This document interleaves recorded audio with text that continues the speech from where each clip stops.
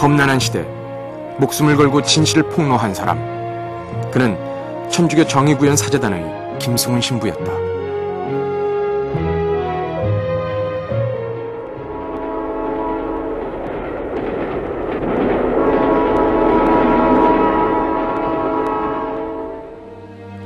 젊은 시절 그는 평범한 사제였다.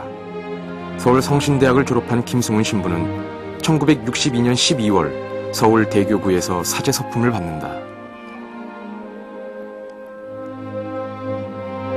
강하고 고집스러운 인상 때문에 주변으로부터 오해를 사기도 했지만 겉모습보단 속마음이 깊은 그런 사람이었다.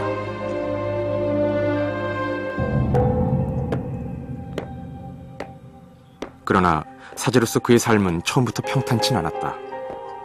사제가 된 지 1년 만에 사고로 쓰러져 병원으로부터 가망이 없다는 진단을 받는다. 한 달 만에 겨우 의식을 되찾았지만 얼마 후 폐결핵에 걸리고 만다. 결국 김승훈 신부는 요양을 위해 부산교구 청학동 성당의 태종대 공소로 가게 된다.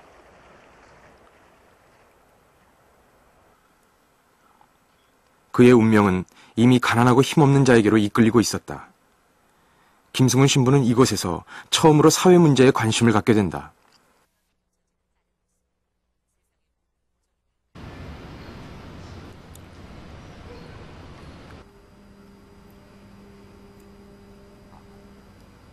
이화계 할머니는 지금도 30여 년 전의 일을 잊지 못한다.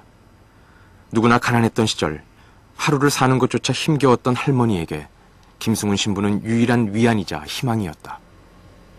그때 우리 영감이 망해가지고 참 딱개가 못 살았어요.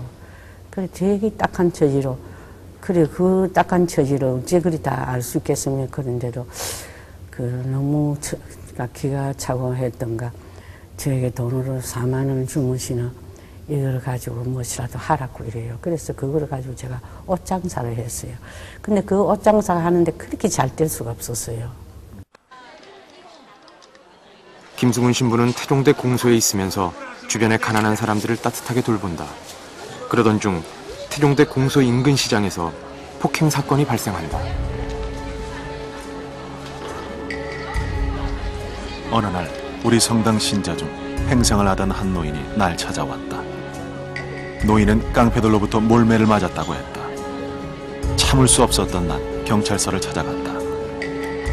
그러나 경찰은 사건을 해결하기는커녕 청학동 주임 신부님을 찾아가 태종대 공소에 새파란 신부놈이 있던데 누구냐며 따지던 물었다. 오히려 노인이 재판을 받고 구속되는 지경에 이르렀다. 참 기가 막힐 노릇이었다. 힘 있는 자만이 권리를 누릴 수 있는 시대였다. 김승훈 신부는 사회 깊숙이 뿌리박은 부정과 부패를 깨닫게 된다. 이 사건을 통해 사회 문제에 눈뜨게 된 그는 매일 저녁 기도회를 열며 신자들의 편에 선다. 그러나 결국 사건은 해결되지 않은 채 흐지부지되고 만다.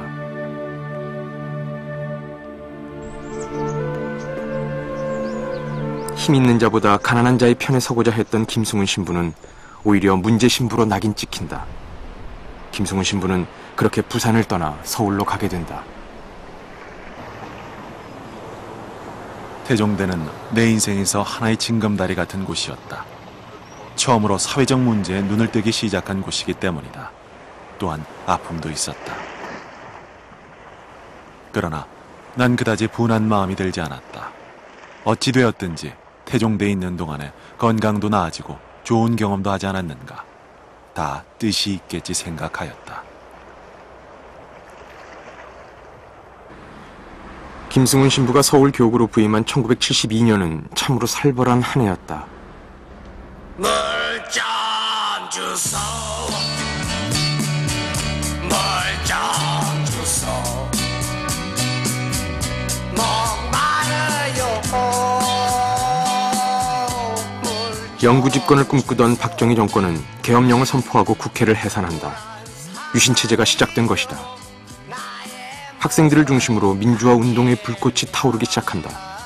그러나 박정희 정권은 긴급 조치를 발동해 학생들의 민주화 의지를 좌절시키려고 한다.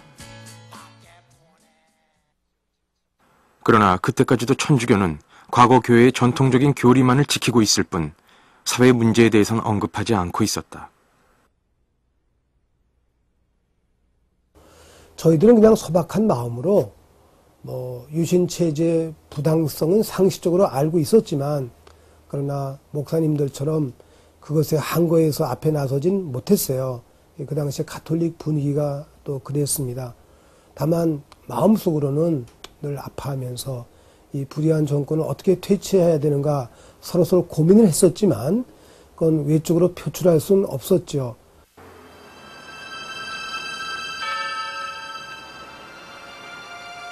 그런 천주교 사제들에게 변화가 찾아온다. 74년 7월 6일 원주교구의 지학순 주교가 중앙정보부에 의해 비밀리에 납치되는 사건이 발생한 것이다. 민청학년 사건으로 구속된 김지아 씨에게 돈을 건넨 혐의였다. 1974년 7월 6일 김포공항에서 납치되었는데 그날 당일은 저희도 좀 몰랐어요. 그 당일은 원주교구 신자들과 신부님들만 아셨죠. 공항에 나가셨던 분들만. 그리고 비행기에서 내리시는 것은 뵀는데 안 나오시니까 몇 시간이 지나도 그 뒤에 신변에 이상이 생겼구나를 직감했죠. 구속된 지 얼마 되지 않아 지학순 주교는 석방된다. 그리고 7월 23일 아침 지학순 주교는 명동성당에서 양심선언을 발표. 박정희 정권과 유신체제를 신랄하게 비판한다.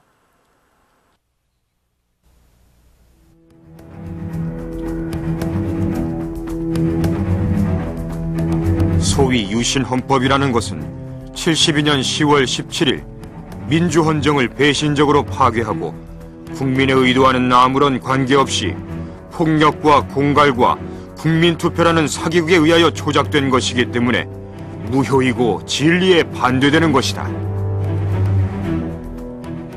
이로 인해 지학순 주교는 또다시 구속되어 15년형을 선고받는다.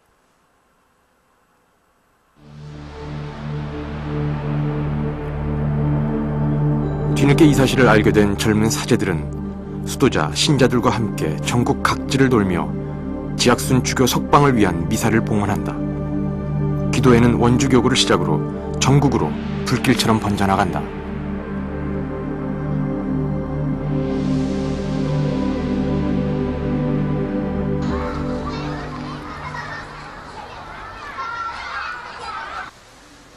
(1974년 9월 23일) 원주 원동성당에 전국 각지로부터 300여 명의 젊은 신부들이 모여든다.